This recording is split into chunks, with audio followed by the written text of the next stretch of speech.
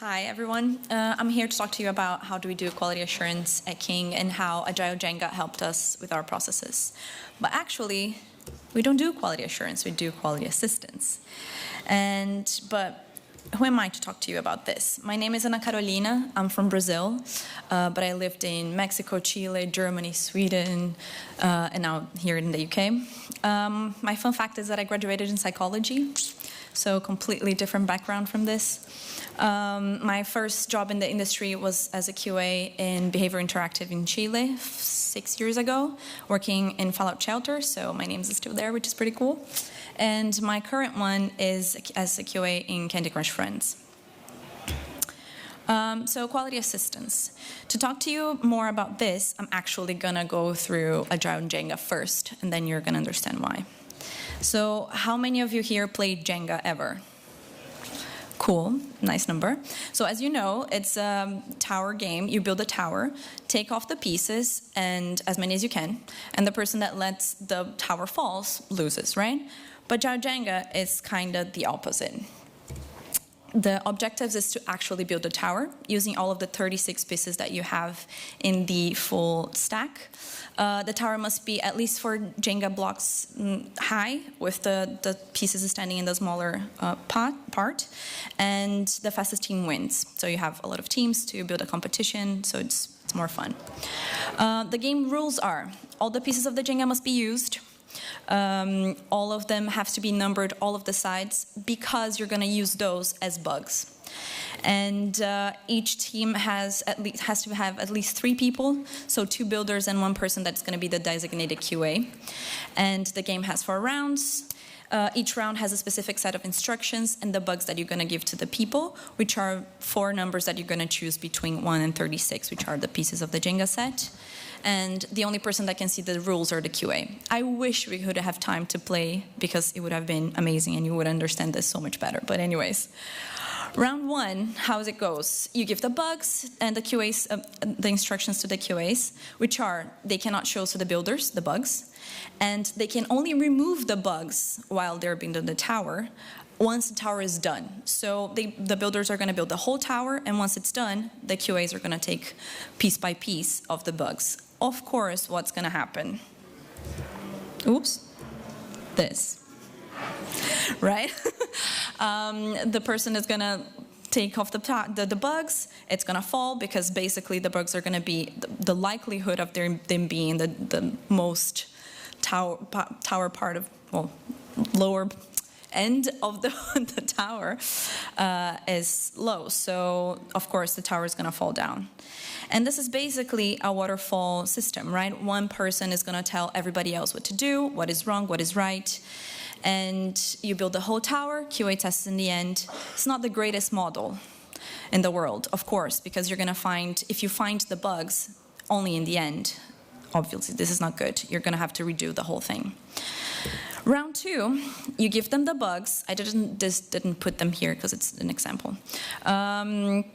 And they can show the builders, but they're going to test the tower after each 9 blocks, so stacks of 9 blocks. They count 9 blocks in, they can take the bugs out.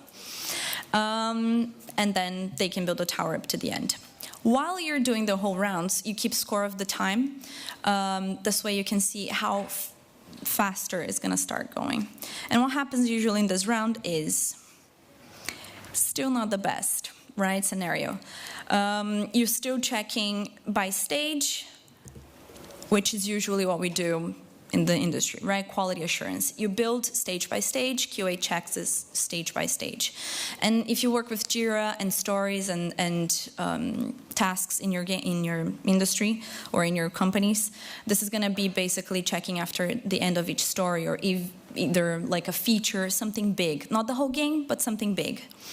And still not the great thing to do, because, you know, you're still going to find a lot of big mistakes mid-game, end of the game, and not in the beginning or mitigating the issues. Round 3 is a bit better. They still don't show the bugs to the builders, and after each block is placed, they can test it. So the block is placed, they can check if it's a bug or not, they can take it out, and so it goes until the end. What happens is the tower is a bit more secure. So you can poke a few holes and not have the whole tower fall down, but still a bit iffy, right? But it's a better scenario than the two and before that I showed, where the testing is a constant and not just a phase. So you have development test, and this would be, in the Jira scenario that I said, it would be at the end of each task. So if you have something like playable, you would go and test. If it's just the smallest thing, you have to make sure that this is compatible with the rest of your game, instead of just merging directly into master and messing it all up. And this is what we call quality assistance. So, for the last round, you're gonna just give them the instructions, give them the bugs, and now they're allowed to show the builders from start what are the bugs. And then they can do whatever they want with this information. So they can, usually what happens is that the teams gather together, figure out what the bugs are, take all of the pieces before they start building the tower, which is the best scenario, right? You're gonna have a much more stable tower, where you can poke holes, you can play around, and nothing is gonna fall. Ideally, right? So this is what happens. You investigate potential risks, mitigate them, and then you have less bugs during the production, which is the place that we're moving forward at King. For that, we do have some other things that we do, not only including QA in all of the steps of the production, since the kickoff of the features. In every planning session, what else? Retros. If you have to reduce something, and because you're not going to make the deadline and the feature is too big, you have to regroup and reanalyze everything. QA is there to make sure that you're mitigating the risks and investigating everything that is possible to be found. We have planning sessions with devs to make test cases. So once we get the design of the feature, we make sure that we know what it's supposed to do, what it's supposed to look like, investigate what are the potential risks as they are, and edge cases and everything like that. Sit down with the devs and make sure that they also know this.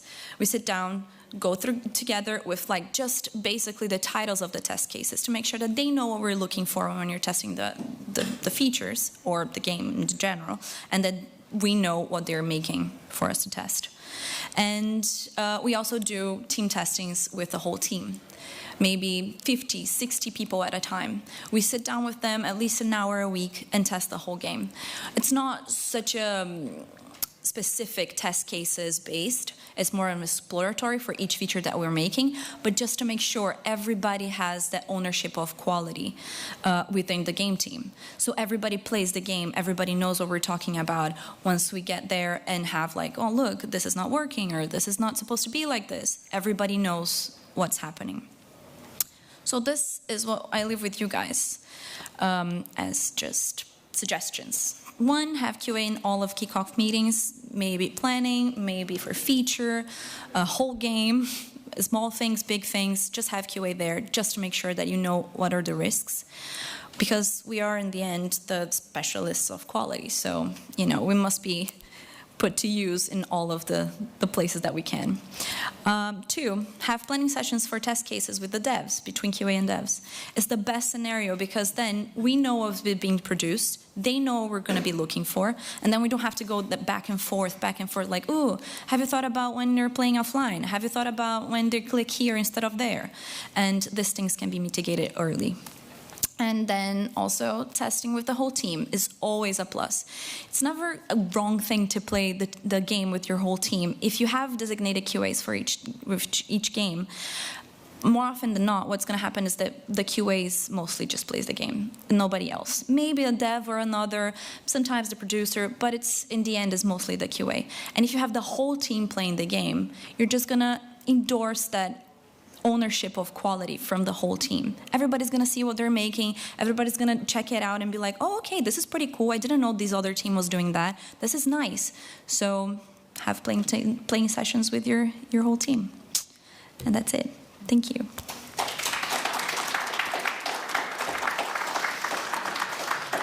If you have any questions. Yes? If you do, what kind of optimization do you use? in like what perspective?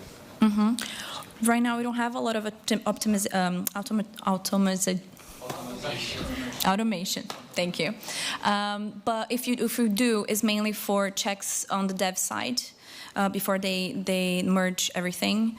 Some games we have very play through a level, lose, win, very easy stuff. We're just starting with that. Like ever evaluated like kind of more? Thank you. Kind of more improved methodologies like image recognition, so the AI knows where to press, what to do, and stuff like that. Yeah, we're starting with that. They're doing mostly around candy, but we're starting with that. Do you have in mind like? Sorry. Any kind of like software you have in mind you may like suggest, or do you prefer making it in-house? I don't have one really in mind, but what we do right now is in-house. Yeah. So yeah. Thanks a lot. No problem.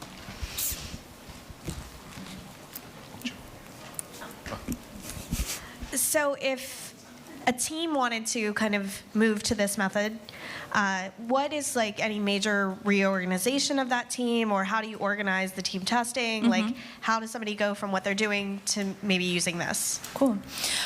So what we do right now is that we have each game team has a team of QAs, depending on the size, of course, and we are the ones that basically organize everything. So what we do is we have sprints, right? We try to do 2 times each sprint, the testing. And it's like 1 day a week. We call everybody around. Everybody knows what time it's going to be because it's the same day. Like, for instance, I don't know, Wednesday in the afternoon. Everybody knows that Wednesday at 2, we're going to have team testing. And you just have to fit it into a planning. Everybody has to be aware of that. Like all of the producers, they have to be, in everything, and supportive as well. And then everybody just goes along.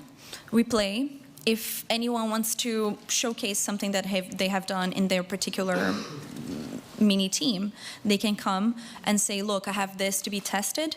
Then we sit them with them and figure out some test cases for the whole team to play. So like basically a happy path. What is the feature going to look like? What are we looking for, or the potential risks?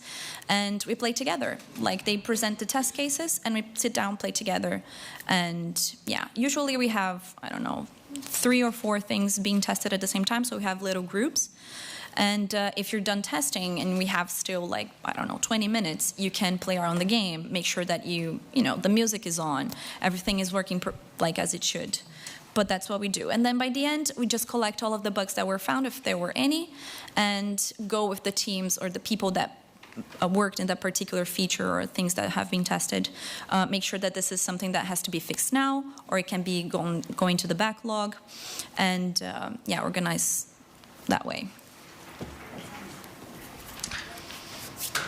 Thank you for the presentation. I would like to know if you have specific strategy when you want to test the quality of implementation related to the analytics, to collect data.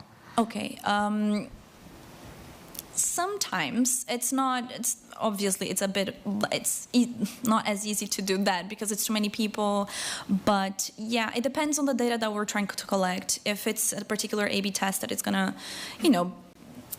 change a lot of the stuff inside of the game, then yeah, we make sure that we have all of the specs for the A/B test before, that it is implemented already, that we had a pass through before, just a smoke check of the build, just to make sure it works, and then we test with the team once it's all done, once it's all there, all the specs are there. It is difficult because you do sometimes have to be changing people from one A/B test to the other, and it's not the most simplest thing to do with a big team. But if we think it's necessary because it's a big risk, then yeah, we totally do it. Okay.